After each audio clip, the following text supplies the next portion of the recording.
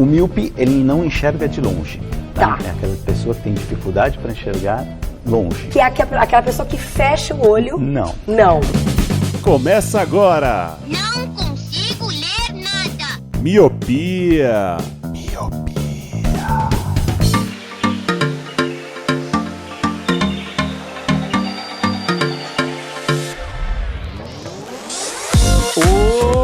Olá, meu querido míope, seja muito bem-vindo, bem-vinda a mais um podcast Miopia. Fique à vontade, limpe suas lentes e ajeite o seu fone porque estamos só começando. Eu sou o Leandro Oliveira. Eu sou a Brenda Dantas. E eu sou o Lu. Finalmente estamos de volta aqui, a bancada completa. Você já viu no título, então eu sei que você já está empolgado com o tema desse podcast. Quem não está empolgado com Stranger Things, com certeza está muito errado. E é muito bom estar aqui de volta, depois de eu gravei o Drops aí, que já era sobre Stranger Things, e é bom estar com a bancada cheia aqui, como a gente grava agora só a cada 15 dias, deu até saudade, Lu, vou confessar que senti falta de você. Só do Lu? É isso? Não, mas aí ia falar do Lu Brenda. e depois puxar pra Brenda também. Ô Brenda, se Deus tem os seus favoritos, você acha que o Leandro não ia ter? Entendi. Não, beleza, entendi. Eu entendi. Mas olha o que acontece, apesar do Lu ser um veterano no Miopia, eu vejo muito mais a Brenda, pessoalmente, né, tal qual os astecas faziam antigamente, do que o Luciano. E é por isso que eu não falei, eu sinto falta da Brenda. Sim, também. Mas a Brenda eu tenho chances de ver pessoalmente. O Luciano, ele só faz essa simpatia aqui na frente das câmeras, na gravação, né? Depois que parou de gravar, todo mundo sabe o que acontece, né? Já era. Quando desliga, eu sou um escroto, né? Claramente. Sabe aquela banda de rock que, tipo o Oasis, que os caras não se suportam e só faz o show porque tá rolando o dinheiro? Teve um caso recente, tipo dessas cantoras de sertanejo, tipo Simara e Simaria, Mariene e Josirene, sei lá, que elas meio que não se suportam também, e tá ali, canta junto, depois vai cada um pro seu canto e já era. Reza a lenda que no Miopia acontece igual. E elas são irmãs, né? A Simone e Simaria, se não me engano. É. Não é? A Brenda deve estar mais a par, que a Brenda é muito fã de sertanejo universitário. Aí, Não ó, sou, ainda não. bem que eu não falei mal. Temos amigas que são, mas não sou, não. Olha, Acontece. Eu sou aquela pessoa que ouve, mas não sabe da vida, não sabe da fofoca, tô só no... ó, não sabe o tititi, não sabe de Não. nada, viu? Música é só um pretexto pra você saber da vida dos famosos. Basicamente isso. Quem discorda, com certeza está errado. Mas, Luciano Jorge, antes que a gente comece a brigar de verdade nesse podcast, se as pessoas gostam muito e querem saber a verdade por trás das câmeras, por trás do fone de ouvido do Miopia, e elas gostam muito de apoiar, gostam desse podcast a ponto de apoiar financeiramente, o que elas podem fazer para apoiar a gente? É muito simples, Lê, e eu já vou deixar aqui um spoiler. Se você quer saber realmente o que aconteceu, eu vou deixar no grupo dos padrinhos. Então, quem tá ouvindo aqui não vai saber de toda a briga que ocorre nos bastidores. Mas se você gosta muito do Miopia e quer que a gente brigue ou fique unidos, tem duas maneiras. A primeira é muito simples, você acessa pelo seu browser, que é o www.padrim.com.br/podcastmiopia. Lá você vai encontrar os dois planos, o de R$1 e o de R$5. E caso você também não tenha esse acesso do Padrim, você pode acessar pelo PicPay, que você acessa as suas lojas de aplicativos, tanto iOS quanto Android, e baixa o PicPay. Lá nessa carteira virtual, você encontra o Miopia também pesquisando podcast Miopia, com os nossos dois planos, que é de R$1 e R$5. R$1 você ganha o nosso abraço, nosso eterno abraço virtual, e o de R$5 que você tem direito a entrar num grupo. Nesse grupo, você saberá de toda a verdade. O que o Miopia esconde, os bagulhos sinistros que acontecem nos bastidores do Miopia são contados lá no grupo. Então, se você tem interesse de saber, faça parte dessa comunidade, dessa grande família, Leandro. Essa grande família, digna de comercial do final do ano da Globo, hein, mano? Essa grande família. Lembrando que você ajuda muito a gente quando você segue o Miopia nas redes sociais, @podcastmiopia, no Twitter e também no Instagram. Mas sem mais delongas, a gente tá enrolando bastante, bora lá pro mundo invertido, tentar salvar o mundo por meio da música.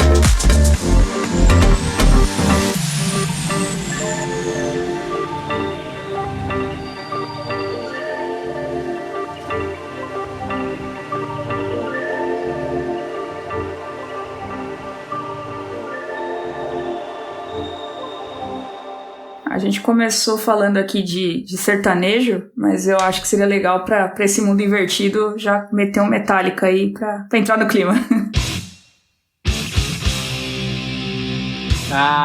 Para!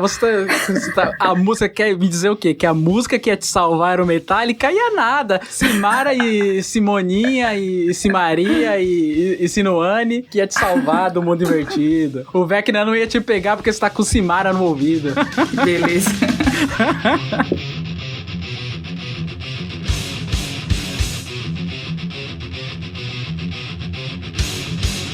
Bom, finalmente vamos falar da 4ª temporada de Stranger Things. Eu achei que não teria mais essa série, mano. Por um momento eu achei que eles iam desistir do negócio e ia virar tipo, pra quem joga videogame, o Half-Life 3, que é a maior lenda urbana do mundo dos videogames, que é um jogo que nunca foi lançado, mas sempre é prometido. Portals 3 também, caiu no esquecimento. A Valve faz isso, né? A Valve que tem essa... A Valve faz muito isso com os gamers, né? Faz muito tempo. Porque a 3ª temporada de Stranger Things foi lançada lá no longínquo ano de 2019, no mundo ainda sem pandemia, e a 4ª temporada só foi lançada agora, no meio de 2022, então deu 3 anos de intervalo, que no mundo das séries atualmente é um intervalo muito, muito grande. Especialmente, a gente até estava comentando nos bastidores que Stranger Things tem uma complicadora que eles trabalham com um elenco que era criança, é adolescente e tá quase entrando na juventude, né? Então, se você ficar muito tempo sem gravar, sem fazer uma nova temporada, os atores mudam muito de uma temporada para outra, né? Então esse é um problema que eles tiveram que resolver da 3ª para 4ª e possivelmente vão ter que resolver da 4ª para 5ª, mas a gente vai falar um pouco disso mais tarde. E aí, Lu, pra você, como é que foi essa espera? Porque eu já tava... O hype de Stranger Things, pra mim, ela é o maior sucesso da Netflix disparado. Mas quando falou, finalmente vai estrear a temporada, eu já tava meio tipo, tá, mas o que foi que eu assisti lá em 2019? Eu já não lembrava mais. Exatamente, Lê, eu já tinha esquecido. Tanto é que quando os personagens apareceram ali na tela, eu fiquei, caramba, mano, ó como fulano tá grande, porque, tipo, passou muito tempo. Começou lá a última temporada, eles lá naquele, acho que na segunda, sei lá, que tinha o Snowball lá, que era a formaturinha deles, e agora os moleques e as meninas já estão debutantes já. Então, pra quem não lembra, eu quero fazer uma breve sinopse aqui, que eu tirei do glorioso Tecmundo. Essa 4ª temporada é a seguinte, ela começa 6 meses depois da batalha de Starcourt. Starcourt é aquele shopzinho lá que teve na 3ª temporada, que deixou um rastro de terror e destruição em Hawkins. O grupo de amigos, muito Sessão da Tarde, né? O grupo de amigos se separa pela primeira vez indo para cidades e colégios diferentes. Isso é uma coisa que me pegou também, porque eu fiquei assim, caramba, meu, a Eleven, o Will e o Jonathan e a Joyce tá indo pra outra cidade, eles são muito amigos, eu quero que eles fiquem juntos, aquela coisa de que quando eu me mudei de rua e de bairro, eu também tive esse sentimento de caramba, perdi meus amigos, né? E aí eu fiquei muito curioso, disso eu lembrava, falei, meu, eu quero saber o que vai acontecer. E aí, continuando então essa breve sinopse, então, neste momento de novos desafios, surge uma nova ameaça sobrenatural ainda mais terrível, trazendo um grande mistério que pode ser a chave para acabar com os horrores do mundo invertido. Muito bom. E pra você, Brenda, como é que foi? Porque essa sinopse do Lu, eu tenho que confessar que quando eu fui assistir a 4ª temporada, eu tive que ver aqueles vídeos, sabe, que faz a recapitulação do que aconteceu na temporada anterior, porque realmente eu já não lembrava. Eu lembrava que eu tinha assistido, eu lembrava que eu tinha gostado muito da 3ª temporada, mas foi isso. Eu já, tipo, mas o que aconteceu mesmo? É só aquele gostinho, né, que ficou, né? É só um lampejo, assim, na memória. Você tem que ficar reavivando. Aí quando eu assisti a recapitulação, eu falei, tá, agora tudo faz sentido. São as pérolas. Pra você foi assim? Também já tinha perdido um pouco o hype ou você ainda tava fissurada por Não, eu tive um choque de memória, porque eu realmente não lembrava onde tinha parado, porque, como você falou, foi há 800 anos que terminou a 3ª temporada. Eu até achei que seria algo assim, eles já adultos lembrando de como eles venceram o mundo invertido quando eles eram crianças. O Marshall e o Ted lá na varanda, né? Tipo, velhinho.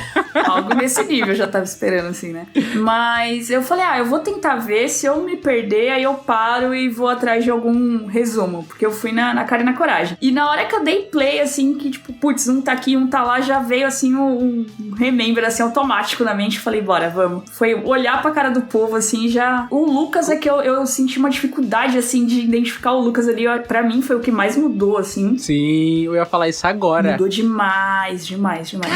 Outra pessoa, toa, tipo, ainda mais que ele, nessa temporada, ele tava muito na pegada de o popular que joga pro time de basquete. Eu fiquei, mano, como assim? Você era o nerdola na outra temporada? Tipo, parece que foi ontem, assim, né? Foram 3 anos de gravação, só que quando você começa a resgatar a memória, você começa a fazer essa conexão, né? Você fala, caramba, mas o Lucas, nossa, como esse moleque tá grande, como esse moleque cresceu. Nossa, pra demais. quem assiste Lost, tinha o filho do... Esqueci o nome, qual é o nome do personagem? O filho do Chuck, se eu não me engano. Esqueci o nome do personagem. Que ele foge numa balsa, e aí depois ele volta na outra temporada jogador de basquete. Ele era uma criança quando foi levado na balsa, e na outra temporada ele volta já, tipo, gigantão, assim. Então, realmente acontece esse choque, né? E aí você para pra Total. pensar, passaram 6 meses, tipo, como assim esse menino cresceu tudo isso em 6 meses, sabe? Comeu fermento, né? O mundo invertido não fez bem pra ele, né? Ou fez, né? Na verdade, o Lucas quase não teve, né, no mundo invertido, né? Ele fica quase sempre com um papel meio secundário, né, nas tramas, nas temporadas e tal. E o Lucas realmente, acho que o maior desafio, dos produtores da série foi encaixar o Lucas, né? Porque o Mike, ele tá muito grande, né? Ele tá magrelão, assim, e alto. Só que ele ainda tem aquela cara meio de criança ainda. Ele tem um jeito quase de pré-adolescente, adolescente ainda. Então, por mais que ele esteja muito alto, ele ainda tem um jeito, assim, bem parecido com o que ele tinha quando ele era mais novo. O Dustin não precisa nem dizer, né? Ele parece que é o mesmo, assim, né? É óbvio que se a gente pegar um episódio da primeira temporada e pegar um desse da quarta, a gente vai ver que ele tá muito maior e tal. Mas o jeito ainda é o mesmo, assim, né? As feições, as expressões são as mesmas. Agora, o do Lucas, cara, é bizarro, né? Acho que é até por isso que eles decidiram colocar essa trama em que ele já é um... Mano, vocês estão muito pequenos pra mim, vocês são muito novos, eu preciso de algo maior, assim, eu preciso estar com os populares. Eu acho que dos meninos, assim, né, do começo, eu acho que os que menos mudaram foi o Will, porque ele cresceu, mas a cara continua a mesma coisa, né, a mesma coisa do Mike. O Lucas mudou, o Mike mudou, o Will mudou pra caramba não, também. O Mike eu achei que não. Eu achei o Will bem mais parrudinho, eu não sei se vocês perceberam isso, porque assim, o Will meio que faz o contraponto do Mike, né, e o Mike, ele é muito magro. Aí quando ficam os dois na cena, assim, tipo o Will e o Mike, parece que o Will tá muito parrudinho, parece que ele fez academia, sabe? Temporada passada ele era uma criança jogando RPG e jogando Game Boy, e na outra ele virou o Kleber Bambam, tá ligado? Parece que ele tá... o Hopper também, né? O Hopper emagreceu pra caramba. Ele faz até uma piadinha, né? Tipo, eu tava aqui, comia umas papas, uns negócios nojentos, e foi isso que me emagreceu. É muito louco. Não, e o pior, é bom que vocês falaram do Will, né? Eu fiquei com dó em vários momentos do Will, né? Primeiro que ele, geralmente, ele é muito esquecido pelos próprios amigos nas tramas, acaba, mesmo tendo um papel central, assim, em tudo que acontece, ele acaba virando um coadjuvante, assim, porque o pessoal meio que esquece dele. E começa a temporada com eles fazendo parte de um grupo de Dungeons and Dragons lá, né? Que depois a população, né? Os populares confundem com um culto satânico e tal. E o Will não tá no negócio pra jogar. Tipo, ele, nas primeiras temporadas, ele é o que mais gosta. Ele quer manter a infância viva. Ele quer essa coisa do RPG, né? De se fantasiar, de entrar no personagem. E aí ele tem um mestre, né? De RPG, que é o Ed, que realmente encarna o personagem, de criar os cenários e tudo. E o Will, que é o que mais gosta disso, não tá lá. Aí você fica, puta merda, qual é o sentido? Eita, um bando de amigos de merda, esses amigos do Will, né? Que nem pra chamar ele pro rolê, e no fim das contas o Ed morre lá no fim da temporada, e ele não tem nem essa chance, né? De interagir. Então, mas é aquilo, porque na terceira temporada eles se separam, né? Então o Will, sim. Tá muito longe, imagina, não é que nem a gente abre uma chamada aqui e grava um podcast. Eles estão na década de 70, 80 ali, aí eu imagino. Não tinha um Skype, né, pra rolar uma... Não tinha, nem um MSN que seja, sabe? Então, tanto é que o Mike vai visitar, né, o amigo de infância e tal, ele vai de avião, aí tem toda aquela coisa de ir pro aeroporto, esperar o amigo e tal. Então eu falei, caramba, é foda, né? Quando rola de ter o RPG, que é o que o Will é o mais engajado no negócio, ele não tá participando. Realmente é um pouco triste isso. E uma coisa que eu senti falta também, que aconteceu na temporada passada, é assim, são os núcleos que se separam. Isso sempre vai acontecer em Stranger Things. Em algum momento você sabe que eles vão se juntar pra combater o mal, né? Só que dessa vez, já, inclusive, galera, a gente não avisou no começo do episódio, mas esse episódio vai ter spoilers. Nessa temporada, eles não se juntam assim. Eles vão se juntar só no último episódio, depois que acaba tudo, tipo, nos 30 minutos finais, assim. E olhe lá, nem eles ficam muito tempo juntos, assim, interpretando entre eles ali, né? Então, na temporada passada, teve aquela coisa que eles se separam e se juntam pra combater o mal, e nessa não. Nessa, eles ficaram separados a maior parte da temporada, temporada e me fez pensar no seguinte: nessa temporada eles exploram muito mais o mundo invertido e mais os vilões, né? Tipo, o primeiro era o Demogorgon, aí a gente ficava preocupado com o Demogorgon, aí aparece o Devorador de Mente, assim, um lampejo, aí aparece o Demodog, e aí nessa temporada a gente descobre que eles têm tipo um esquema de unimente, né? Cada um tem uma mente interligada com a outra, a comando do próprio Vecna, que eu inclusive achei um ótimo vilão. Onde que eu quero chegar? Que nessa temporada, os vilões, eles têm essa coisa de unimente, onde um chama e os outros todos acabam recebendo, né, o chamado. Você vê os morcegos, tudo, né, tudo interligado. E eles tentaram fazer isso com os heróis também. Então, tá cada um de um lado. Eu ficava tentando quebrar a cabeça, será que vai dar tempo? Igual quando eles têm que chegar em Hawkins e faltam 3.000 quilômetros. Eu que já fui pra Bahia várias vezes de carro, são 2.000 quilômetros e são 2 dias de estrada. Mano, não vai dar tempo, e agora? O que vocês vão fazer? Então tem aquela coisa deles também ter um negócio de unimente, né? A Eleven conseguir entrar na mente da Max pra eles se manterem juntos. Então, de alguma forma, eles também têm essa arma de tentarem se conectar, mesmo de longe. E isso eu gostei. Foi um ponto que é semelhante, eles estarem separados, os núcleos separados, cada qual resolvendo o seu BO, e no final tá todo mundo junto, tentando resolver o mesmo BO. Tanto é que quando a Joyce e o Hope estão lá na Rússia, você fala, mano, não vai dar tempo. Eles não vão chegar com esse helicóptero, não vai rolar, não vai dar certo. Só que não, aí que você vê que as coisas começam a se conectar, quando o Murray queima todo mundo, né, funciona como se fosse uma árvore. Você queimou um pontinho lá, todo o resto se desconecta. Então eu falei, caramba, como se fosse um fluxograma, né? Então eu falei,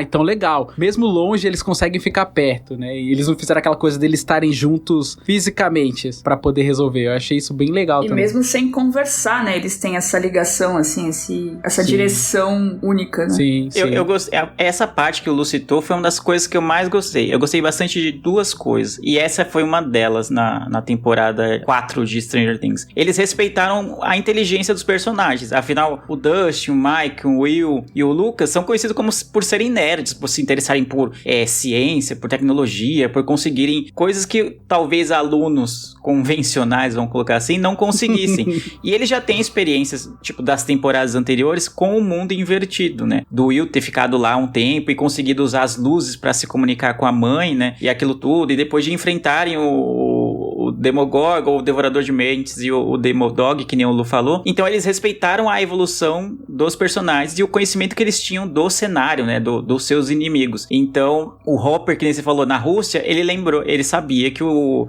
fogo era um ótimo elemento pra combater, né? Um bicho, né? Um monstro, um Demogorgon lá. Da mesma forma, o grupo que tava em Hawkins sabia que usar as luzes seria uma boa saída quando eles ficaram presos no mundo invertido pra conseguir se comunicar com os outros que não tinham ficado. Isso eu adorei muito, porque é você amarrar um pouco o roteiro. É óbvio que tem furos no roteiro, assim, da quarta temporada, a gente pode até comentar disso mais tarde, mas isso foi algo que eu gostei muito, de eles não terem inventado algo sobrenatural, de eles fazerem 3.000 quilômetros em 2 horas lá só pra eles chegarem e conseguirem estar juntos fisicamente pra salvar o mundo. Então eu gostei bastante disso. E um outro elemento que eu gostei bastante foi que a explicação do vilão, o Vecna, é muito bem feita, como num filme mesmo de mistério, sabe? Que você vai investigando, tem aquela coisa toda investigativa que a Nancy e a Robin vão até aquele cara que foi preso por supostamente ter matado a família, e no fim das contas ele não era o matador da família, não era o assassino. E a gente vai descobrindo aos poucos, até que tem a grande descoberta de quem é o Vecna no fim das contas, que é o número 1, né? A primeira criança que passou pelos experimentos lá do doutor, né? Do Dr. Brenner lá. Então é tudo muito bem amarradinho, e como a Eleven derrota o número 1, né? Que vai virar o Vecna depois, e ela acaba abrindo o primeiro portal pro mundo invertido, e que vai gerar tudo que aconteceu nas temporadas anteriores. Porque até então as coisas aconteciam e a gente meio que não sabia a origem disso. Elas só aconteciam. O mundo invertido existe e tem os monstros aí querendo pegar os caras. E é isso, ponto. Não tinha uma explicação lógica do negócio. Eu gostei bastante disso, cara. Me surpreendeu bastante. Assim, uma coisa que eu admiro, né, é essa parte do roteiro, quando parece que não tá nada conectado e aí tudo se conecta. Porque isso é tipo um gancho, assim. Eu não quero falar Mind Blue pro Leandro não me criticar nos inglesices. Mas, tipo, é uma explosão, a cabeça explode, assim, na hora. Meu, que foda! Porque em nenhum momento, assim, quando o número 1 aparece, ele não se auto-revela como o número 1, né? Ele tá só como um funcionário ali e tal do laboratório. Você fica meio com sentimentos dúbios com ele. Você fala assim, putz, acho que ele vai sacanear. Aí você fala, não, ele não vai sacanear. Ele tá querendo ajudar. Aí você fica tentando descobrir, igual você falou da Robin, da Nancy, fazendo trabalho investigativo, a gente também fica com esse trabalho investigativo. Eu fiquei, caramba, mano, será que ele é vilão? Será que ele não é? E esse cara, mano, será que ele é bom? Será que ele não... E quando as coisas vão se resolvendo, eu fiquei, tipo, eu não tava esperando. Tem várias pessoas que eu vi, assim, que falou, eu meio que tava esperando isso, mas eu não esperei. Por mais pinta que tivesse dado, eu não esperei. Então, quando as coisas foram se revelando pra mim, foi muito mais surpreendente e eu gostei muito mais, porque eu falei, cara, que incrível. A série, ela amarrou tanto os primeiros episódios da 4ª temporada, como ela conseguiu também amarrar as primeiras temporadas. Então, o lance do Devorador de Mentes, igual as pessoas pediam muito pro Will ter um pouco mais de protagonismo, um pouco mais de participação. E nessa temporada mostrou que realmente ele vai ter muita participação, que eu consigo entender ali que ele vai ser tipo, como se fosse um radar, né, do bichão e tal. E eu fiquei, mano, muito... Da presença, né? Da presença, eu fiquei muito entusiasmado pro que vem pela frente, justamente porque eles conseguiram amarrar tudo. Então, a primeira temporada, ela é impecável, todo mundo adora. Inclusive, as pessoas até falavam assim, não precisa de ter segunda, terceira, 4ª temporada. Só que eles conseguiram esticar um chiclete de uma maneira muito positiva, sabe? Eu gostei demais dessa 4ª temporada e a maneira como foi amarrado, igual você falando das soluções assim, cara, é incrível. Eu gostei demais mesmo. Achei bem impressionante. Uma coisa que eu curti nisso que o Leandro falou das luzes, né? Eles meio que resgataram coisas assim da primeira temporada, da segunda. Tipo, putz, não dá pra gente chegar lá. O que a gente vai fazer? O lance da banheira lá, né? Que fizeram com improviso. Foram coisas assim que eles já mostraram pra gente. Tipo, putz, a gente vai usar isso ainda. Eu achei que foi um carinho, assim, pro fã, né? Que é um elemento antigo. E foram soluções, assim, boas. Não foi a solução mirabolante. Tipo, vai aparecer um helicóptero aqui que vai levar a gente pra lá.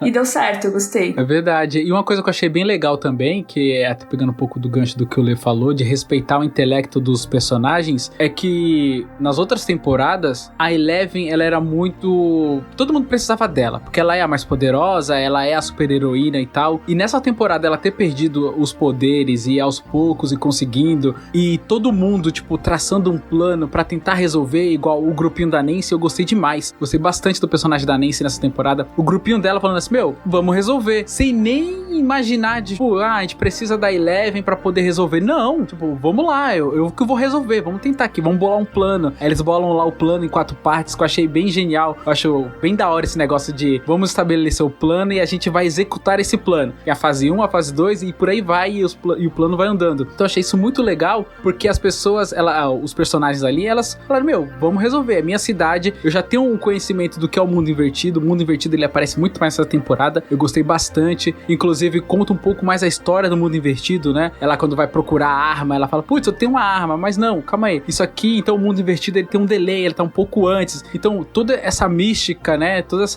O mundo criado do mundo invertido, eu achei muito legal, e como cada personagem ali tenta resolver do seu jeito, sem depender muito da Eleven. É claro que no final ela é a super heroína e tal, uma crise de identidade, de ter ou não o superpoder, ela que vai resolver, mas como os outros personagens tomam a iniciativa, eu achei bem legal, sabe? Achei bem interessante. Não, essa parte toda eu achei muito bem feita, assim, eu vi algumas críticas ao plot como um todo dessa 4ª temporada, mas no meu modo de ver, as soluções foram até, de certa forma, criativas. Só o fato de eles terem amarrado a origem do Vecna, as primeiras temporadas, ao incidente no laboratório que a gente já tinha visto, aí eu fiquei, mas por que eles vão lembrar disso? A gente já viu o que aconteceu, mas na verdade a gente não viu, a gente subentendeu, assim como a Eleven abstraiu aquela memória, a gente subentendeu que ela tinha matado todo mundo num acesso de raiva, né, de falta de controle dos seus poderes, a gente subentendeu isso, e não era, né, no fim das contas foi o número 1, né, que vai se tornar o Vecna lá, quem mata todo mundo, e você fica, eita, mano, caramba, mano, essa parte mano. É muito legal, porque o tempo inteiro, né? Explodia a mente. Ela acorda ensanguentada, você fala, nossa, Eleven, o que você fez, mano? Você não é tão boazinha assim, não. Aí isso te bota em xeque, né? Você fala, caraca, mano, será que eu tô gostando de uma vilã e tal? Será que ela vai se mostrar uma vilã, ela que criou o mundo invertido, ela é ruim, ela matou todo mundo, a bicha é foda,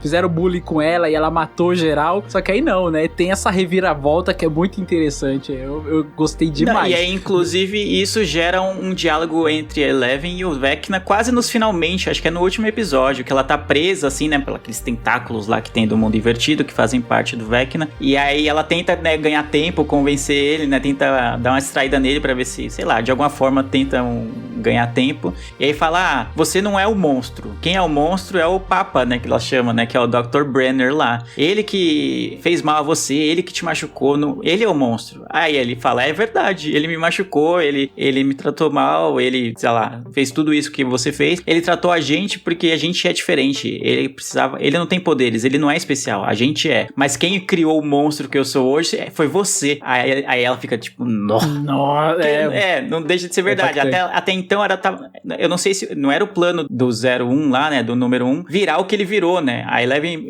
meio que expulsou ele pro mundo invertido e ele foi vivendo como dava, né, é óbvio que já na infância, né, e tem todo esse plot do cara que supostamente tinha matado a família e ele é o filho, né, isso também é uma surpresa, né, que no começo não fica claro que ele é o filho um dos filhos da família que foi morta lá e tal, do suposto serial killer, e ele já tinha desejos bem sombrios na mente dele, e aí lá no mundo invertido ele é contra aquela fumaça, aquela massa lá, que é meio que a essência do que é o mal dentro do mundo invertido, e consegue chegar na sua forma plena de maldade, vamos dizer assim, mas é Eleven que levou ele até lá, né, não deixa de ser verdade. Mas isso me gera uma dúvida, assim, talvez isso provavelmente, né, vai ser explicado na 5ª temporada, mas qual que é a minha dúvida? Se ele, quando ele era criança, ele desenhava ali já aquela aranha, que ele era meio fascinado por aranhas, será que ele que era ruim, e aí ele chegou lá no mundo invertido, viu aquele super poder, tanto é que quando ele era uma fumaça, né, disforme assim, e ele cria a forma da aranha, ou seja, quando ele, desde criança ele já tem essa maldade, e ele transforma aquela fumaça em aranha, e transforma aquele poder nele, né, que ele acaba absorvendo, tanto dos 4, né, as 4 badaladas, ele absorve esse poder pra ele, ou se o Devorador de Mentes já existia antes ali no Upside Down, e tava manipulando ele pra ele se transformar no que ele se transformou, entendeu? Então, ou transforma ele num bonzinho, assim, bem entre aspas, porque é o Devorador de Mentes, por ser o Devorador de Mentes, ter esse controle, controla uma criança e deixa ela que tem o mínimo de poder malvada, pra poder depois se libertar, ou ele que é o ruim mesmo e tá indo lá e tá fazendo acontecer. Então isso me deixou na dúvida também, e deixou uma ponta bem aberta, né? E uma dúvida que eu tinha bastante também era, porque assim, as pessoas sempre tinham um portal, os russos estavam tentando abrir esse portal, e é isso, pra quê? Pegar os Demogorgons, sei lá, não era muito esclarecido isso. E aí quando eu assisti o episódio que a Eleven, né, ela dá uma obliterada ali no número 1 e manda ele pro Upside Down, eu até perguntei pra você e pra Brenda lá no nosso grupo, falei, será que é a Eleven que criou o Upside Down ou o Upside Down já existe? Porque o Upside Down, né, o mundo invertido, ele só existe em Hawkins e ele só tem efeito em Hawkins. Por quê? Qual que é a parada? Entendeu? Tanto é que o Will, quando ele não tava em Hawkins, ele tava vivendo de boa lá, fazendo o desenho dele, vivendo a vida dele. Quando ele põe o pé em Hawkins, ele até sabe se o Vecna tá vivo ou não. Então, qual que é a mística do lugar? Quem que criou? Então isso, cara, me aflora a minha memória, assim, que eu fico tentando buscar respostas e tal, e eu não consigo fechar numa ideia ainda. Eu acho que pode ser que o mundo invertido já existia ali, na cidade, e o Vecna criou isso, assim, os monstros e tudo mais, criação do Vecna, entendeu? Porque quando ele é criança, ele faz os desenhos, que são os mesmos desenhos que o Will fazia. Tipo, é a mesma coisa. Muda, assim, alguma coisa, mas é a mesma vibe. Então, eu acho que pela história, né, que o Victor conta, que, aliás, é o mesmo ator que fez o Fred Krueger, vocês viram isso? Não vi. Eu não vi, não tinha visto. Então, quando ele tá contando lá a história, tipo, o filho dele fez tudo aquilo. Tipo, toda a história que ele tá contando lá, que parece que é um ser sobrenatural, que parece que é o Vecna, e na verdade né? Uhum. Foi ali que ele começou a desenvolver tudo isso. Então eu acho que ele levou esse lado negro pra esse mundo invertido que já existia. Eu acho que é isso. Só que, por exemplo, aí que me pega, quer ver, ó? Igual você falou aí sobre o Will. O Will, ele desenhava os bichão lá sem ser mal. Ele tava sendo influenciado. Será que quando ele era criança, ele também não tava sendo influenciado pelo Devorador de Mentes? Então é isso o meu sentimento dúbio. Se ele é a criação ou ele é a criatura? Não, mas aí o Will já tinha tido contato com o mundo invertido. Já. Até então o Will é uma criança normal, vamos dizer assim. Ele só passou a ter esses desenhos, essas lembranças, depois que ele passou pelo mundo invertido e ficou lá um bom tempo. E é a influência disso. Mas o Lu tá querendo dizer se alguém influenciou o Vecna assim como o Vecna tava influenciando o Will. Exato. Se ele é a criatura ou a criação, sabe? Ah, entendi. Eu acho que ele já era uma criança já com problemas, eu acho. Eu acho que ele já tinha... Já com problemas. Cara, eu acho que é. Não fez pro Erge, né? Eu acho que a chegada dele ao mundo invertido depois, lá da fase adulta, tem tudo uma salada de coisas, né? Ele passar por experimentos que nem Eleven passou, que a gente viu nas outras temporadas como são os experimentos e quão traumáticos podem ser. E também a gente viu o que ele já tinha feito na infância, né? Antes de ir pro laboratório, né? Então ele tinha matado a família dele. E pra ele, tipo, meio que tudo bem, entendeu? Até quando em algum dado momento, acho que é a Nancy que fala que... eu fui lá falar com esqueci o nome. É Victor Creel, acho, né? O nome do cara que foi condenado pela morte da família. Aí ele nem chama, tipo, o cara de pai, né? Tipo, aquele velho cego lá, não sei o quê. Tipo, é isso, entendeu? Zé, que descaso, né, mano? Total descaso. Não tinha... ele não hesita em nenhum momento, não pensa, pô, não precisava ter sido assim a história. Não, era tipo... Ele lida de uma forma normal com aquilo. A única momento que ele... nem hesita, ele fala, poderia ter sido diferente é em relação a Eleven. Teve um momento em que eu sonhei que você estaria ao meu lado fazendo essa revolução que ele quer pro mundo, né? De destruir toda a humanidade e construir um mundo novo baseado nas regras dele e tal. Eu pensei que você estaria junto comigo, né? Que é meio que lembrando na época que ele tava falando com ela no laboratório lá, e meio que ele ajuda ela, só que aí depois as coisas saem do controle e terminam com ela colocando ele no mundo invertido. Então tem tudo isso que a gente pode especular e tal, mas eu acho que o mundo invertido já existia e que acho que ele já era uma criança ruim, assim, né? Com uma índole no mínimo questionável, mas que lá no mundo invertido encontrando aquela massa, aquela matéria que me lembrou Lost. Você citou Lost no começo, me lembrou a fumaça preta de Lost lá. Nossa, é verdade. Que seria a essência daquele mundo, né? Ou então a essência da maldade dentro daquele mundo invertido. É que ele encontrou seu potencial pleno, vamos dizer assim. Porque até então ele fica vagando, né? Pelo mundo invertido, meio mancando lá. Aí eu pensei, pô, ele podia ter morrido logo de cara, né? Um monstro lá, que tem uns monstros passeando lá pelo negócio, podia ter mordido ele e ele ter morrido. Mas no fim das contas, não.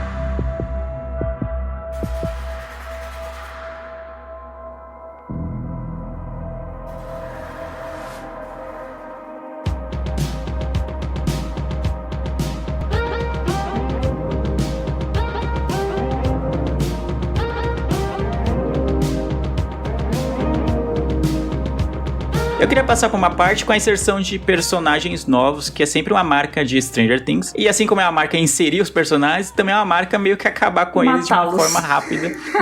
Geralmente de uma forma meio traumática, assim. E foi essa com o Ed, que pra mim é um dos grandes acertos, assim, dessa temporada, é a inserção dele. Eles colocam ele como um cara mais velho, parece aquele maluco repetente mesmo, né? Ele ia falar, esse vai ser o meu ano, finalmente eu vou me formar, né? Então, ele já tem uma aparência de ser mais velho, e ainda assim tá na escola junto com as adolescentes muito mais novos do que ele. E aí ele cria o grupo de Dungeons and Dragons, que depois é confundido com um culto e acaba estando meio que no lugar errado, na hora errada, né? Porque a Chrissy ia morrer de qualquer jeito, porque ela era o alvo do Vecna, mas calhou dela morrer bem quando ela foi comprar drogas com ele, e aí ele passa a ser acusado de assassinato, vira um possível serial killer e coisas do tipo. Eu não sei que vocês gostaram tanto quanto eu gostei, mas eu achei uma inserção absurdamente acertada do roteiro e a forma com que ele vai se desenvolvendo, que ele não sabe nada do mundo invertido. Ele até fala em dado momento, eu sou muito corajoso, sou muito esperto, audacioso, enquanto eu tô narrando aqui o jogo, né, a mesa de RPG, mas na vida real eu sou um covarde, eu vou fugir, que foi o que aconteceu quando a Chrissy morreu. Ele foge do lugar e ela fica sozinha lá, e o Vecna vai e mata ela. E é isso que acaba no final da temporada, volta pra ele essa lembrança, e ele, em vez de fugir dos morcegos, ele decide parar lá e enfrentar, que é o que acaba causando a morte dele. Mas ele fala, pelo menos dessa vez eu não fugi. Vocês gostaram tanto quanto eu gostei desse personagem? Nossa, eu gostei bastante dele. Eu gostei logo de cara. Muita gente falou que demorou pra gostar conforme ele foi evoluindo. Eu achei, assim, bacana logo de cara. Shippei pra caramba ele com a Chrissy, aquela cena deles conversando e tal. Nossa, já tava desenhando corações no TV já. Mas eu gostei, assim... Não gostei porque Stranger Things sempre mata os personagens, assim. Primeira temporada foi a Bárbara, que apareceu e, tipo, já morreu. Segunda foi o Bob, se eu não me engano, que também... Bob. Sim, que era namorado da Joyce. Namorado da Joyce. Apresentou ele, a gente não gostou, né? Porque tava torcendo pro Hopper e tal, mas, putz, ele é um cara legal, aí foi lá e matou. Na terceira, teve o russo lá, como era o nome dele? Acho que é Alexei. Alexei. Como que era o nome? É Alexei, esse mesmo. É, alguma coisa assim, né?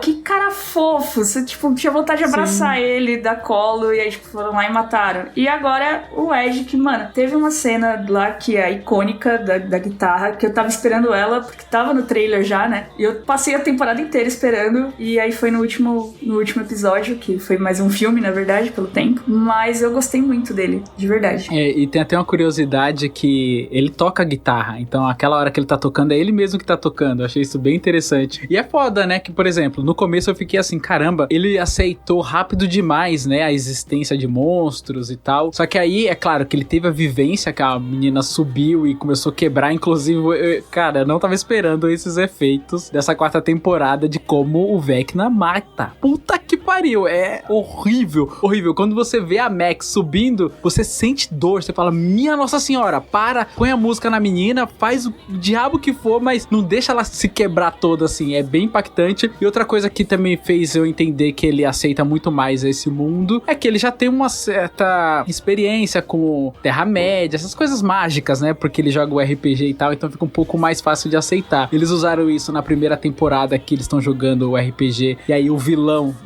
da campanha deles é o vilão que tá atacando, né, que é o Demogorgon, e agora também o Vecna, eles colocam o bonequinho do Vecna assim. Eu acho isso muito legal quando você planifica, né, é quando você tá fazendo o plano e sabe esse é o general, esse é isso, esse é aquilo. Eu achei isso bem legal, e cara, eu me apeguei bastante a esse personagem. Inclusive até uma pergunta que eu quero fazer pra vocês é, o que vocês acham isso, assim, dos criadores, de botar uns personagens bem carismáticos que a gente acaba gostando, e aí mata, e falta um pouco de coragem também pra, sei lá, talvez matar uma dessas crianças que, claro que eles não vão matar, né, agora não são mais crianças, vão ser adultos, né, mas os personagens principais ali, eles meio que não matam. Eu não sei o que vocês acham disso, se é assertivo, se não é, se é covarde, se não é, porque eu vejo muitas pessoas falando sobre isso, né, são os Duffs lá, são os covardes, porque eles não matam os principais e tal, e o Game of Thrones fez isso com a gente, né, de matar os personagens principais, e eu não sei, o que vocês acham disso? Eu fico meio impactado, na verdade eu não queria que ninguém morresse, eu sou aquela pessoa que sempre vai torcer pelo final feliz, sabe, já que eu tô vendo entretenimento, eu quero que o entretenimento me deixe feliz, só que eles não, né, ele bota um personagem carismático e mata. Eu não sei o que vocês acham disso, se é covarde, se não é, se é um recurso, se já virou carne de vaca.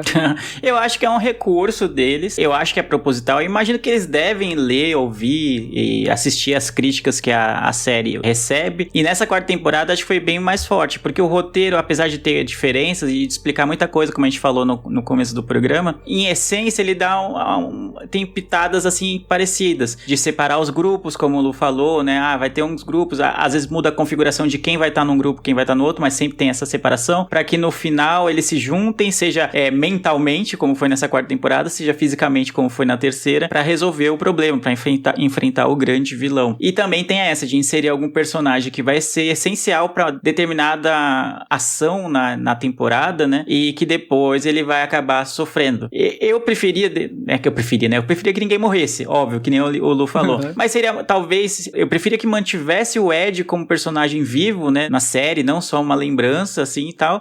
O cara morreu como um pária, né, pra cidade, né, ainda teve isso. É isso que me deixa triste, mano, e ele foi pra salvar todo mundo, e todo mundo acha que ele é um assassino maluco, e não, é isso que me incomoda, da população não saber da verdade, sabe? Exatamente, tem esse... Eu vi uma crítica falando que a morte dele foi inútil, assim, porque ele não fez nada, mas eu discordo completamente, porque tava ele e o Dustin, o os morcegos voadores lá estavam quase, tipo, indo pro mundo normal, né? E aí ele fala pro Dustin subir, e, tipo, na hora que é pra ele subir também e correr, ele, tipo, não vou fugir, tipo, tá ligado? Aí ele levou os bichos pro outro lado, então não achei que foi uma morte inútil, ele meio que salvou o Dustin e a cidade. O que eu vi que a galera falou também, que era que assim, como no mundo invertido tem eletricidade, eles poderiam, ao invés dele tá tocando lá em cima, ter colocado uma caixa de som, os morcegos, como são guiados pelo som e tem essa unimente, todos iam atrás da música, eles ficariam lá dentro, aí eles ficariam dando um tempo, né, desenrolando lá dentro até o Murray, que é uma galera lá, né, pra poder se desfazer tudo. Então dizem que... Mas aí eles iam precisar de um cabo gigantesco, né, também. Tem que ter o cabo da guitarra mágico, né, do nada eles vão mas sacar o amplificador, ele funciona na energia, e ele faz um...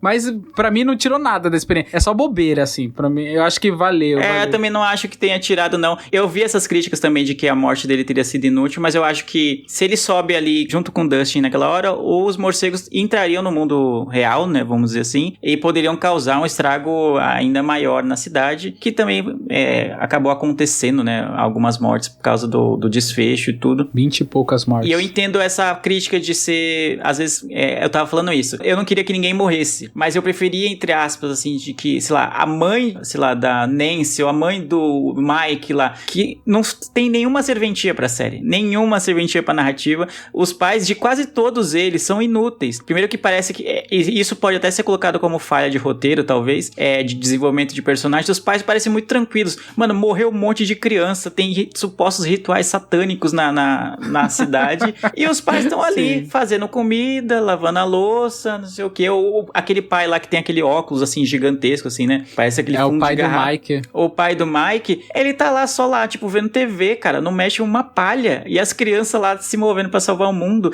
e aí só nessa temporada que teve uma assembleia lá da cidade pra ir atrás do Ed, né, porque eles achavam que ele era o assassino, aí os pais, quando viram que as crianças que supostamente também faziam parte do culto satânico, aí elas se mexem, não, calma aí, né, veja bem, não é assim, não é um culto, blá blá blá, mas só isso. Cara, e uma parte que me incomodou dessa parte é que quando ele meio que mostra, né, ele fala, o maluquinho, né, o namorado da Christy, esqueci o nome dela. Ele chega assim, completamente alucinado no meio da assembleia lá, manda a policial calar a boca. Eu falei, mano, como assim, velho? Policial bundão, tá ligado? E aí ele mostra assim, né, essa galera aqui do Hellfire, que não sei o que, biriri, e os pais ficam assim, entreolhando assim, tipo, ih, caralho, que não sei o que. Se é o meu filho naquela foto, eu levanto e falo, ô, seu bostinha, que você vai querer pegar meu filho? Pega eu, mano, você tá querendo pegar quem, que não sei o que. E fica todo mundo muito permissível, né? Então eu entendo realmente o que você tá dizendo. Eles são muito permissíveis. Tanto é que no final lá, rolou o terremoto, abriu um X de fogo no meio da cidade, os caras tão vendo TV. Cara. Tá ligado? Segurando o cachorrinho. O pior é a mãe do Mike, né? Porque ele chega, ela abraça ele, você nunca mais vai viajar. Tipo, você tava na cidade que não tava acontecendo nada. E Sim. como assim? Como assim você não tava aqui?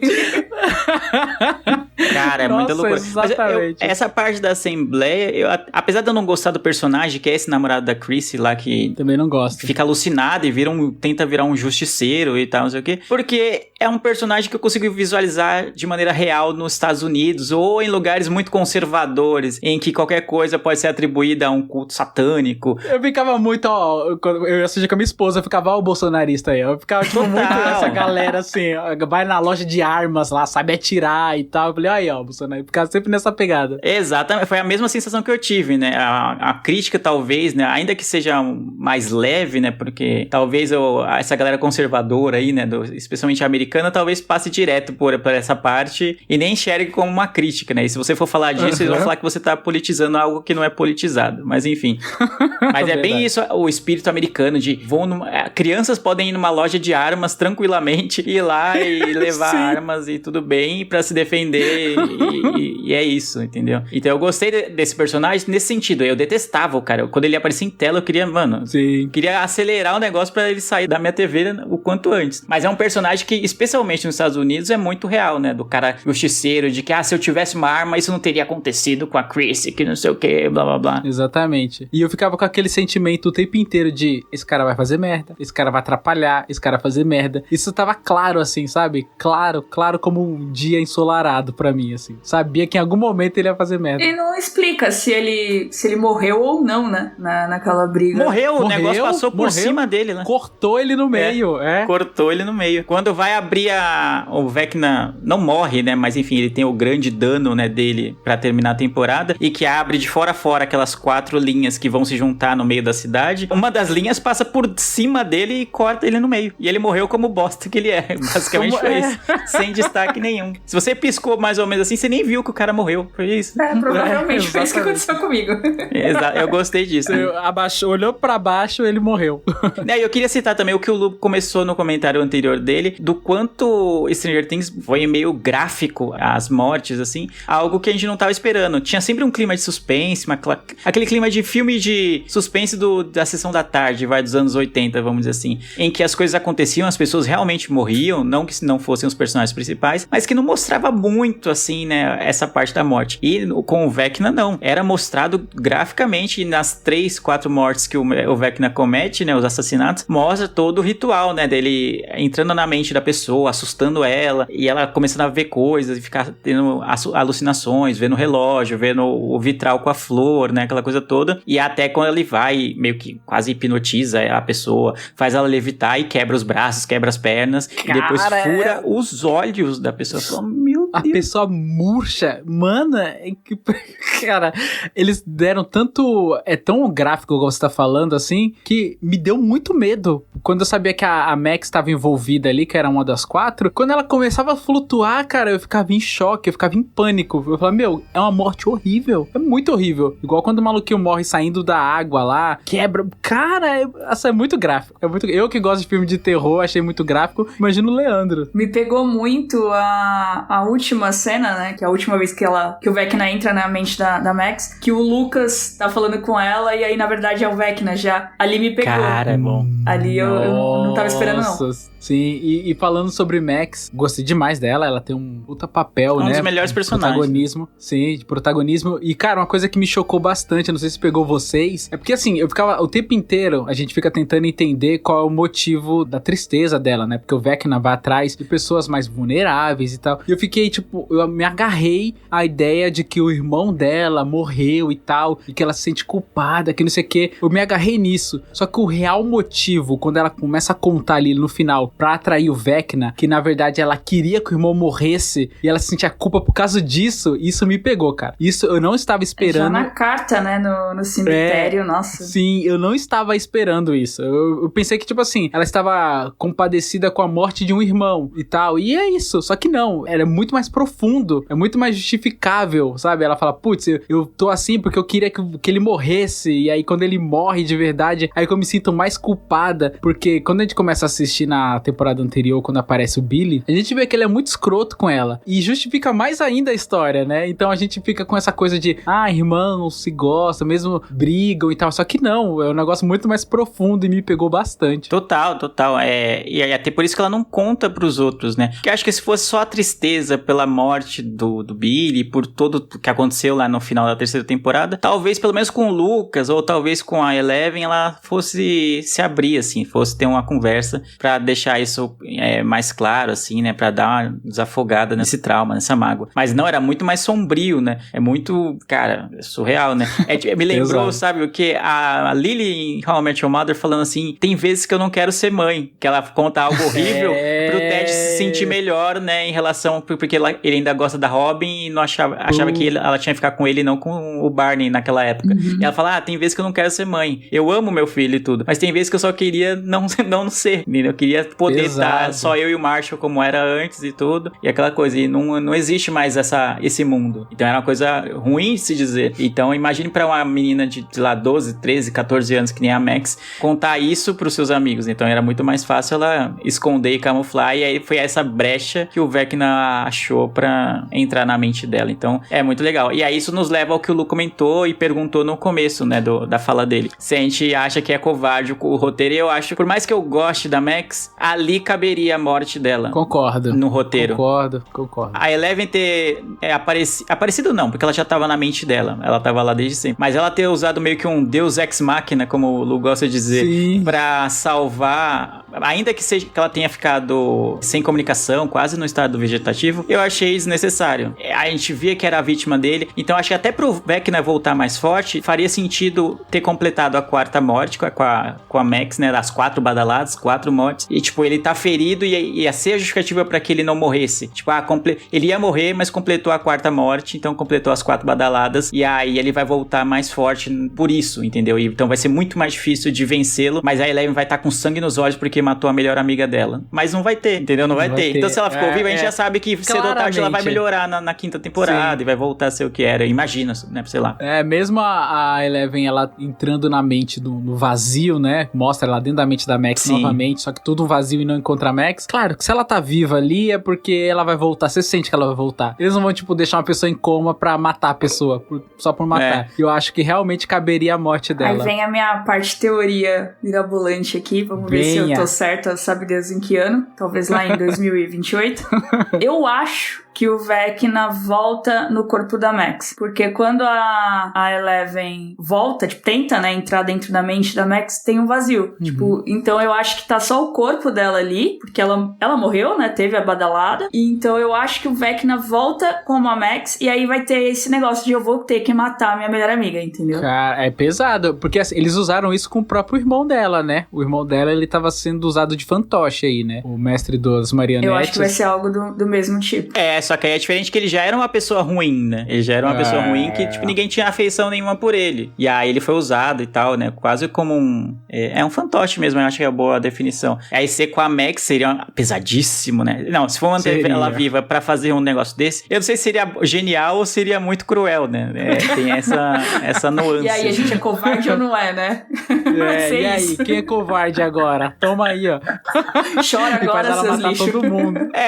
Eu acho que faria pouco sentido, né? Chora também, agora, porque eu acho que é possível, mas no Stranger Things, todo fim de temporada, bem ou mal, mesmo com as perdas que eles têm, é um final de temporada feliz. Então eu não imagino na quinta temporada chegando lá com o mundo devastado e sem esperança para a humanidade. Eu não acho que vai terminar assim. Eu imagino que vai ter uma batalha épica durante longos episódios, que devem ser longos, assim como foram esses da quarta temporada, e que o Vecna vai se mostrar um vilão muito mais difícil de ser derrotado, aquela coisa toda, e que vai sugar tudo, não só da Eleven, mas de todos o elenco de apoio, né, de todos os coadjuvantes, todos os amigos dela. Mas eu não imagino que vai terminar com algo triste, né, assim, no final, né, e isso até me levanta, assim, uma ideia, assim, por exemplo, vai mostrando nas outras temporadas que tem os soldados, né, tem o Demodog, que são os soldados rasos, aí tem o Demogorgon, que é um pouco acima, aí estavam muito falando sobre o Vecna ser como se fosse uma espécie de um general do mundo invertido e tal, só que ele sendo um general, ele ainda não tá acima, tipo, ele não é o último mestre, o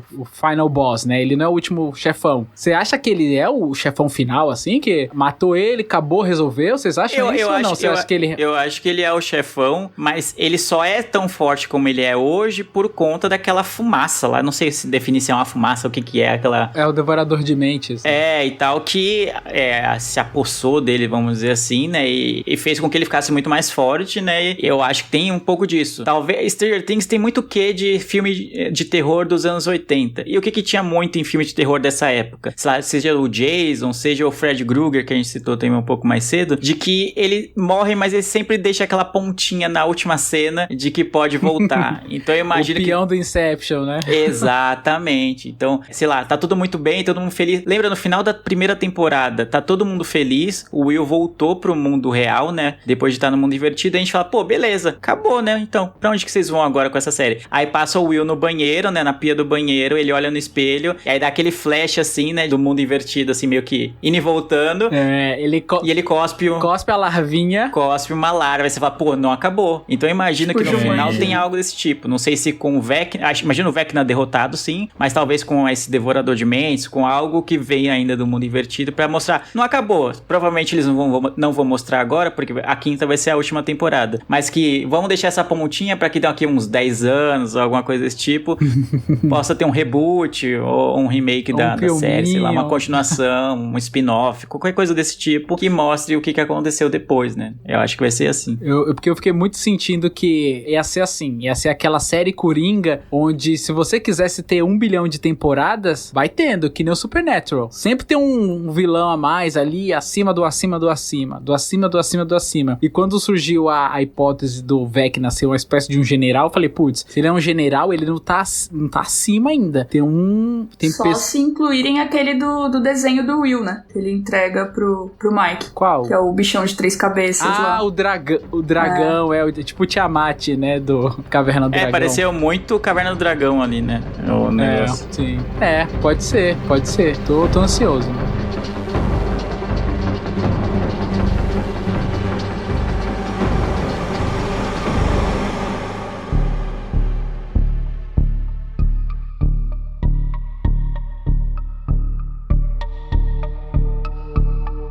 Falando em Will, o que vocês acharam da saída do armário, não saída dele? Cara, eu gostei. Vou falar pra você que eu achei interessante.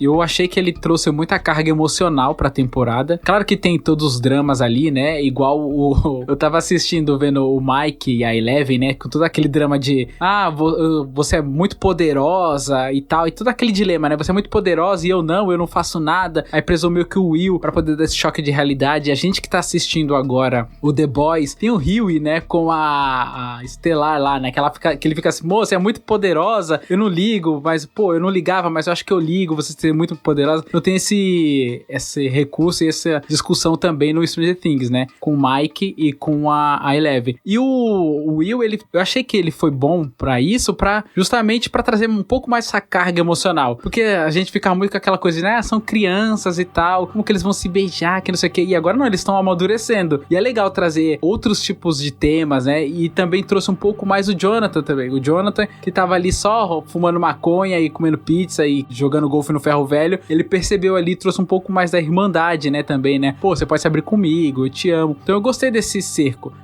desse arco do próprio Will. Não abriu totalmente o armário, mas eu acho que nas próximas temporadas isso vai acontecer, né? Não foi explícito, mas foi. Não sei se eu me fiz entender. O já incluiu mais uma temporada aí, hein? Próximas. Próximas, né? Já vem mais de uma agora. Mas eu gostei dessa parte. O Will é um personagem que, como eu falei no começo, eu fico com certa dó dele, assim. Que no grupo de amigos parece que ele é aquele amigo que não é tão amigo dos outros, sabe? Ele sente que tem uma amizade profunda por todos eles, mas os outros estão meio, tipo, tem outras prioridades, sabe? Ele parece que não é prioridade de ninguém. Ele virou meio que um pouco a prioridade da Eleven, né? Já que o Mike tava morando em outra cidade, em outro estado, longe dela. Ele e a Eleven estavam na mesma escola e tal, então ele viu o drama que ela tava passando e tal, então eles acabaram virando prioridade. Só que como a Eleven, pra variar, né, foi levada pra outro lugar, então acabou que ele ficou sozinho de novo, né, então ele tava de novo com o Mike e com o Jonathan e com o amigo lá da pizzaria lá, nessa saga em busca da Eleven, mas ele tava meio sozinho mesmo acompanhado, sabe, isso aí é bem triste pro Will. Então eu gostei dessa parte do Jonathan, que talvez tenha sido a parte mais útil dele em 9 episódios, dele se sensibilizar, de tentar, se você tiver algo que você precisa falar, se precisar desabafar, você sabe que você pode contar comigo, né? Não foi fazendo um julgamento, nem nada desse tipo. E ninguém ao redor parece enxergar o que tá acontecendo. E ele conseguiu enxergar. Então, acho que é a única utilidade do Jonathan, porque a gente vê que ele e a Nancy não tem química nenhuma pra ficarem juntos, assim. Não, já não faz sentido. Vai rolar mais. O Ed e a Chris tiveram mais química que eles em 10 minutos de cena, sabe? Então, não faz muito sentido. Mas eu não quero mal do Jonathan, assim, nem nada desse tipo. Ele é um personagem de gente boa, legal e tudo. Ele não deixou de fazer o seu papel, vamos dizer assim, na saga que foi pra achar Eleven, mas como casal, assim, não serve. Ela com o Steve é muito melhor, né? Eu acho, assim, Will, ele tem muito aquilo, eu tenho um conflito aqui dentro de mim, mas isso é muito pequeno perto de tudo que a gente tá vivendo, então eu tô deixando passar. E o Jonathan, eu achei, assim, muito... Não sei se todo mundo viu a mesma coisa que eu, mas eu achei muito bacana, porque, assim, lá no começo, primeira, segunda temporada, ele era muito cabeça. Ele era, tipo, o oposto do Steve. Ele era o cara centrado, ele era o cara que dava a estabilidade pra Nancy, né? E aí, foi pra outra cidade, o Will não teve mais problema, ninguém teve mais problema, a vida normal, então parece que ele, tipo, putz, eu não sou mais útil, sabe? Aí se entregou pra maconha, tipo, eu não sou mais útil. E aí, naquele momento que ele vê no retrovisor o irmão dele sofrendo, parece que é o momento que ele volta a focar, sabe? Eu senti isso. Sim, concordo. É até algo que eu ia falar também de... Você puxou muito bem, que nas primeiras temporadas a gente fazia esse contraponto o tempo inteiro, né? Falar, porra, mano, olha o Jonathan muito mais maneiro que o Steve. Steve é um bulinador babaca do caramba e tal. E aí a gente consegue perceber a evolução de personagens, né? Como realmente isso, ele de não ser mais... Tem a necessidade de ajudar alguém, ele meio que sumir. E a ascensão do Steve, que a gente foi gostando aos poucos. Um cara que ele fazia bullying, de repente é super amigo do Dustin, aí todo mundo shippa essa amizade do Dustin e tal. Aí você vê o personagem crescendo, e aí foi deixando o Jonathan de lado. E agora a gente inverteu o papel e tá torcendo pro Steve. Tanto é que o Steve até ele fala uma coisa bem legal com a Nancy. Ele fala assim, pô, às vezes a gente precisa de alguém que dá o choque de realidade, né? Pra gente mudar e ver que a gente tá indo no ele usa a analogia de engatilhar de costa, né? Então ele fala assim, pô, será que se eu conhecesse uma pessoa que me colocasse no trilho antes de você, a gente já não teria junto agora? Então eu falei, putz, que foda. Mostra um puta amadurecimento de um personagem que a gente achava babaca e acaba fazendo um esquecimento do Jonathan. Tanto é que eu gostei bastante da carga dramática do Will, tá? Só que eu achei que o núcleo, como a gente veio falando aqui no episódio inteiro, que eles se separaram, eu achei que esse núcleo do Mike, do Will e do John ficou muito aquém, assim. Coisa que eu achava muito legal nas primeiras temporadas, o núcleo do Mike, que foi ele quem achou a Eleven. Aí tinha aquela coisa do romance, que foi crescendo e tal. E nessa temporada eu achei eles ficaram muito aquém de tudo. Eu falei, porra, mano, parece que quase não tem tempo de tela. Então é aquela coisa que você falou aí, o Jonathan acabou meio que sendo esquecido e os outros núcleos foram ganhando mais, né, mais emoção e tal. Até o Dustin ganhou uma puta emoção. Ele que era uma criancinha e nessa ele tava conversando com o tio do Ed, com uma puta carga dramática. Então achei isso muito legal. Só que é aquela coisa, né, tipo, são muitos personagens, uns vão se desenvolvendo e outros vão se envolvendo. Não sei qual que é o contrário disso. Leandro, Brenda, vocês que são das letras aí me ajudam com isso. Mas... Vão regredindo um pouco, né, Vão regredindo. E esse núcleo dos meninos aí é um núcleo menos carismático, eu acho. Por mais que a carga dramática e a importância do Will, ele não é um personagem muito carismático, ele é mais na dele, aquela coisa toda, então ele é mais retraído. O Jonathan também, né, tem aquela coisa de ser focado, sério e tal. Ele não é muito das piadinhas, né, muito espirituoso, vamos dizer assim. E o Mike, eu acho, pra mim, é o personagem mais chato que tem da série inteira, assim. Puta, mano. Tem hora que ele fala umas babaquice, assim. O óculos, que eu sou maneiro, que você quer. Essas coisas me irritam, cara. Só foi o alívio cômico com o cara da entregador de pizza, né? Tipo, quando ele vai conversar com o outro cara lá, que ele vê a pizzaria no meio da estrada lá, pá. Sim. Aí depois ele volta, tipo, aí ele chega, os dois conversando lá, mó papo de maconheiro doido, sem pé nem cabeça, tipo... Eu chorei nessa parte, assim, de olhar o outro trabalhador lá, com os olhos vermelhos, eu olhava aquele olho vermelho, aquela brisa, minha nossa, e eu comecei a chorar, assim, que eu não conseguia olhar pra tela, eu falei, amor, eu tava assim com minha esposa, eu falei, não tô conseguindo olhar pra tela, que eu tô com vontade de chorar, mas não por sensibilidade, por emoção, eu chorei, não, é porque eu não consegui olhar pra cara da galera, tipo, com o olho vermelho, tá ligado? Minha nossa, da brisa de tabela, né? Então, e esse personagem é importante pra carregar todo o carisma desse núcleo, né? Sim. A galera tá preocupada, não, a gente tem que achar Eleven, tem que ir lá falar com a Suzy em outro estado pra ela hackear o negócio e descobrir a localização desse sinal de telefone que a gente conseguiu e tal. Então é um bagulho muito tenso e tal, e horas de viagem e tal, e era o único carismático, né? Porque ele tá sempre lá na brisa e tal. Imagina se não tivesse ele, né? Se fosse alguém tão sério quanto o Jonathan, né? E com toda a inteligência que você falou mais cedo, ele na brisa foi o cara que matou, tipo, o pneu, a marca de pneu lá e achou a direção certa. Sim. E depois a pizzaria, que foi onde conseguiram fazer a Eleven achar a máquina. É verdade. Cada um teve uma importância ali, só que uns mais, outros menos, uns novos, outros mais velhos de casa. Mas no resumo geral, assim, eu gostei bastante dessa temporada. Acho que valeu, sabe, a espera, toda essa demora e tal. Aí agora vamos ver, né, porque acho que quando eles gravaram 3 anos de diferença, da terceira pra quarta, agora vai ser muito mais ainda, né, eles vão estar muito maiores, então, putz, vamos ver como que vai ser isso, porque saiu a matéria, né, acho que a Brenda que tem essa informação da nossa correspondente. de que eles... Vai ter um salto temporal na 5ª temporada, né? Eu não sei como é que seria isso, de verdade, não faz sentido. Como que será que deve ser? Tipo... Eu também não entendi porque teria... Eu vi essa matéria também de que está previsto um salto temporal e eu não gostei disso. Eu não gostei do salto temporal de 2 dias que teve no finalzinho do último episódio. Nossa, pelo amor de Deus, que agonia.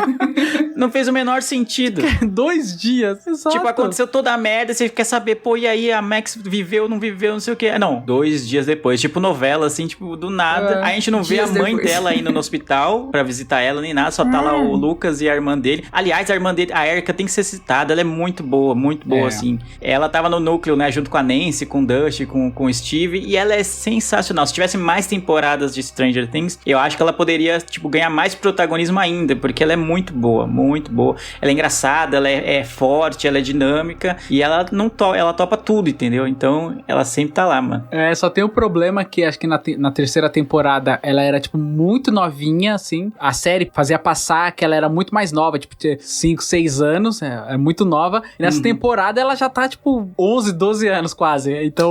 Cresceu junto com o povo, né?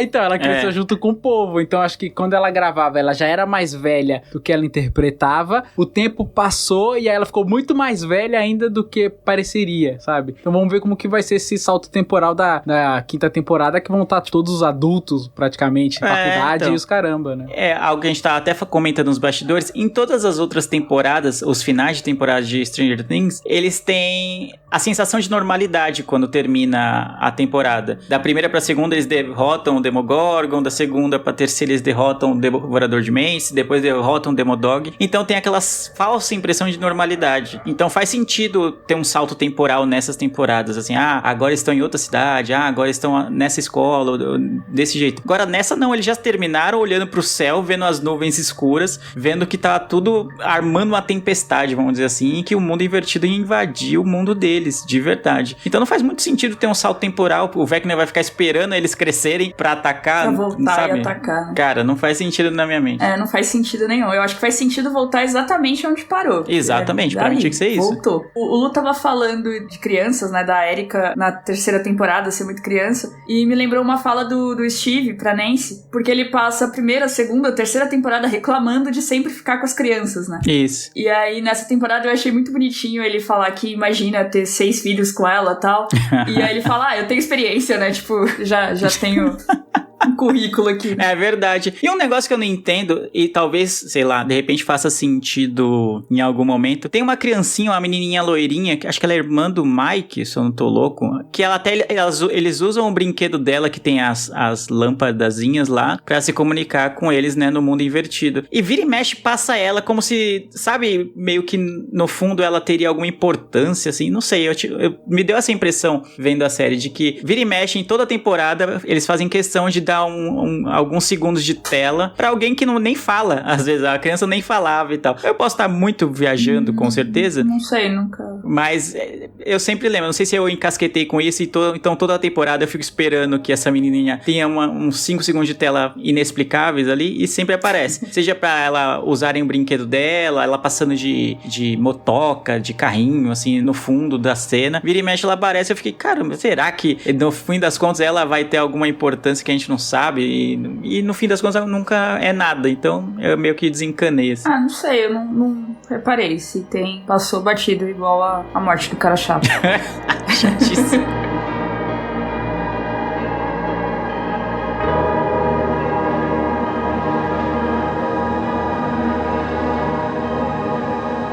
Eu acho que a gente só não falou muito do núcleo... Da Rússia, né? Da Rússia, que foi bem chato, mas... eu acho que o que valeu a pena foi o cara lá que é o soldado, né? E depois muda de lado. É Dmitry, eu acho que é o nome. Eu não sei se eu me encantei muito com ele, porque eu gostava muito dele em Game of Thrones. Verdade. Mas... Quem ele faz em Game of Thrones? Ele é o cara sem... Ele é o homem sem rosto. Sem rosto, é. Tá. Fala Morgulhos, ele que dá a moedinha pra área e fala assim, ó, quando você precisar, chama que é nóis. Exatamente. Entendi. Um homem tem que morrer, né? Um homem tem que morrer.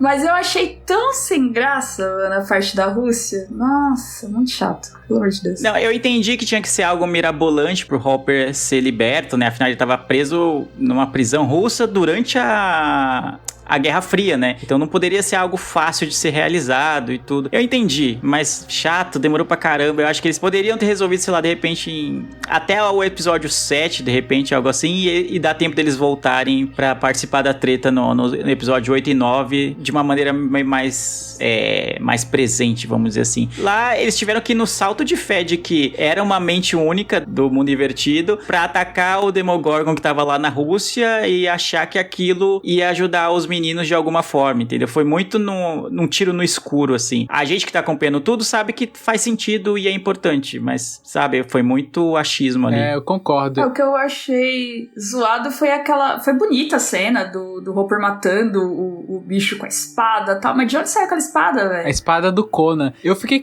Quando eu vi, na hora que ele pegou, eu vi a espada no chão, eu falei, a espada do Conan. Meu, nossa senhora, eu falei até pra minha esposa, a espada do Conan, a espada do Conan. Ela, tipo, o que você tá falando?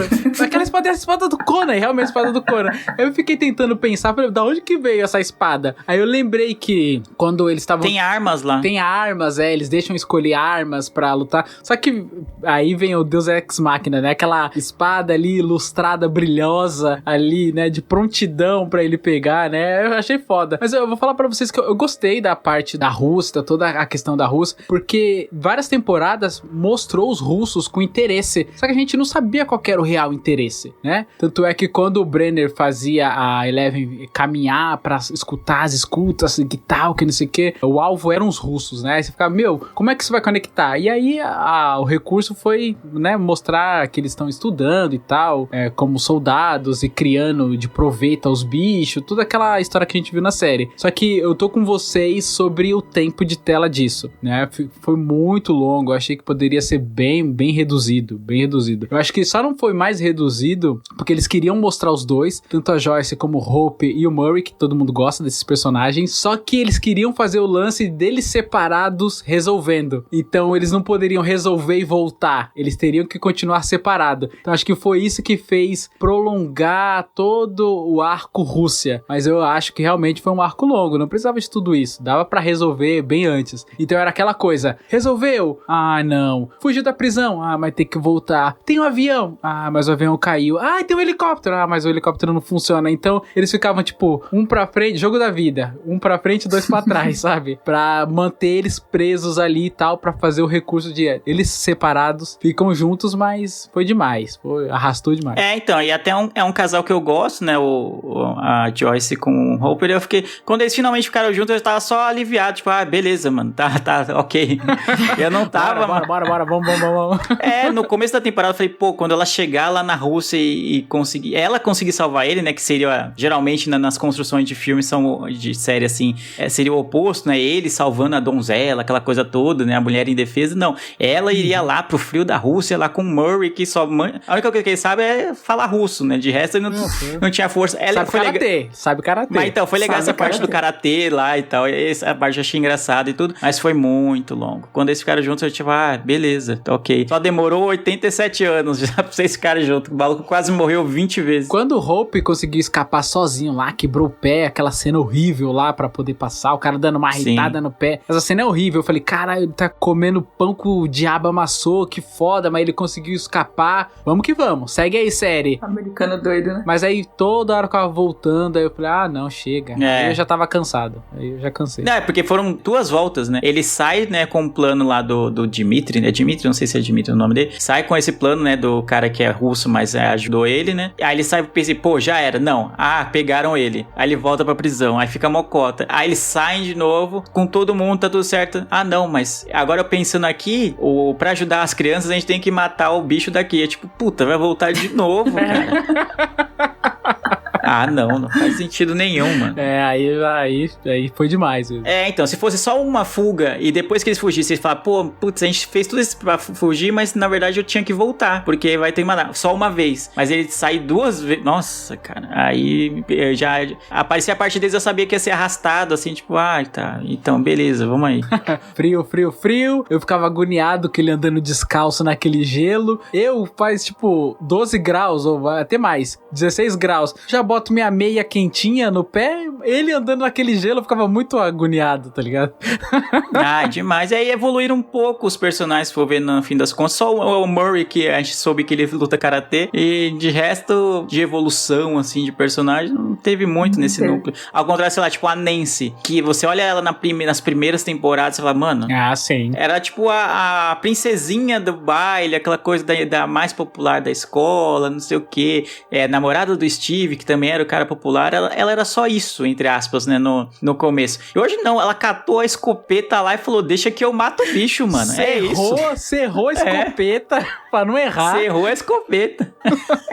E incrível. Vamos, você vê, pô, é outra pessoa, outra personagem, ela evoluiu muito, né? E ainda assim conseguiu fazer o que ela gosta, né, que é a investigação jornalística, né, já que ela trabalha no jornal. E eu não podia deixar de citar Robin também, que eu fiquei boa parte da temporada com medo de que ela fosse o coadjuvante que fosse morrer, já que ela entrou na outra temporada e não morreu. Eu falei, putz, lá vem, vamos matar ela. Agora. Agora ela, dessa vez ela não sobrevive, dessa hora ela não escapa. E não, né, e ela teve uma evolução boa. Ela tinha um preconceito com a Nancy, né, tipo, até porque a Nancy achava que ela tinha um caso com o Steve, porque ela não sabe que ela é lésbica e tudo. E essa dinâmica delas duas, assim, no começo, de uma estranhando a outra, é legal, mas como elas vão descobrindo juntas a solução lá pro mistério lá dos crimes, né, que originaram da infância, né, do Vecna, acabou aproximando elas, e elas depois se dão as mãos lá, em dado momento do que o bicho tá pegando, elas, não, vamos lá, vamos não sei o que, e viram amigas, entendeu? Dadas as circunstâncias. Então a Robin, eu gostei dela, da evolução de personagem dela, que meio no mesmo da merda lá, ela conseguiu, né, encontrar forças, e no final ela voltou, entre aspas, a ser ela mesma com a menina, né, que ela ficou a temporada inteira gostando da menina lá, que era da banda e tudo, que é a menina que fazia Annie with an E lá, inclusive. Eu achei muito pouco tempo de tela também pra ela. Pouquíssimo, né, não, coitada, mas já acho acabaram... que ela vai aparecer mais. Cancelaram a série dela, e ainda deram 2 minutos de tela pra coitada, meu Deus do céu. Mas botaram ela de volta, né, porque na série ela fala pra caramba, minha esposa que assistiu, ela falou, nossa, mas eu lembro que ela na série falava muito, era até um ponto, sim, uma característica marcante dela, aí quando ela aparece na tela de fato, ela não cala a boca, meu Deus do céu, essa menina não cala a boca. Teve isso. Talvez seja importante pra próxima temporada, né, de repente, sim, pegar uma atriz que talvez seja a próxima. Talvez seja a próxima a morrer sim, sim, tá marcada já, inclusive.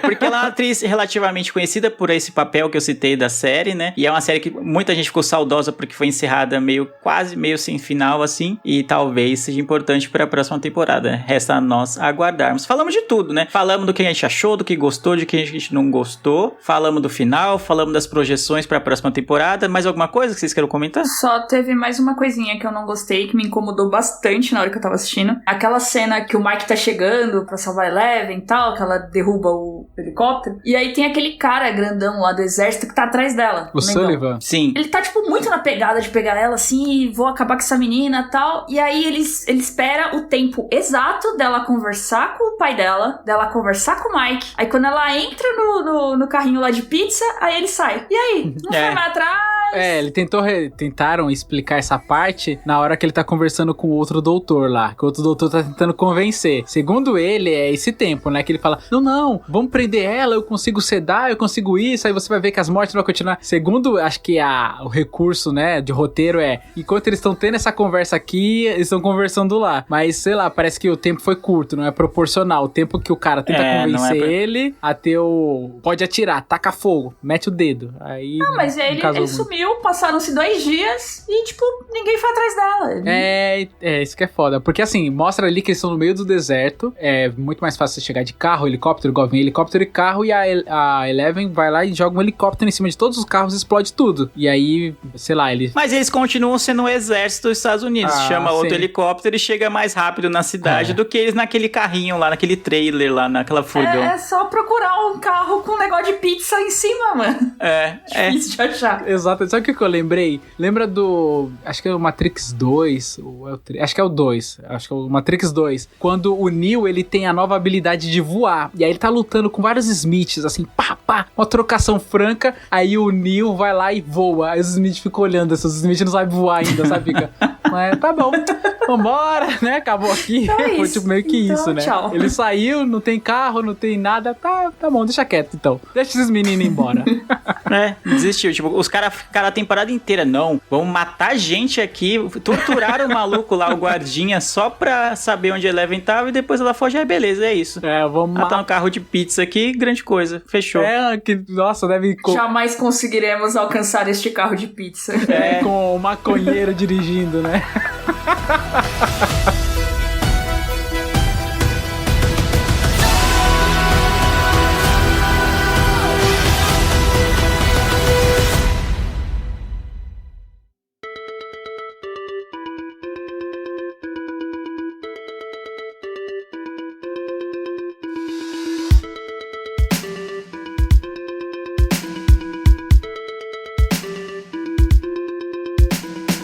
Mas falamos de tudo, acho que a gente cobriu bastante do que aconteceu nessa temporada, das nossas impressões. No geral, a gente gostou, como vocês viram. Se vocês não gostaram e tiveram coisas pra comentar que a gente não citou aqui, é importante vocês comentarem nos nossos posts. Pra quem é padrinho, pode comentar lá no grupo com a gente também do que achou dessa temporada de Stranger Things. No geral, achei bem satisfatória, mas tem esses pontos negativos que que a gente bem pontuou aqui. E muita gente também concordou, né? Eu vi muitos posts, muitos sites falando disso. Mas é isso, gravamos diretamente do Mundo Invertido mais um episódio sobre Stranger Things e sabe lá Deus quando estaremos aqui para gravar sobre a 5ª temporada e o desfecho, né, o final dessa série que é o maior sucesso da Netflix. Eu vejo o Lu e a Brenda no próximo episódio, eu vejo vocês ouvintes no futuro e tchau.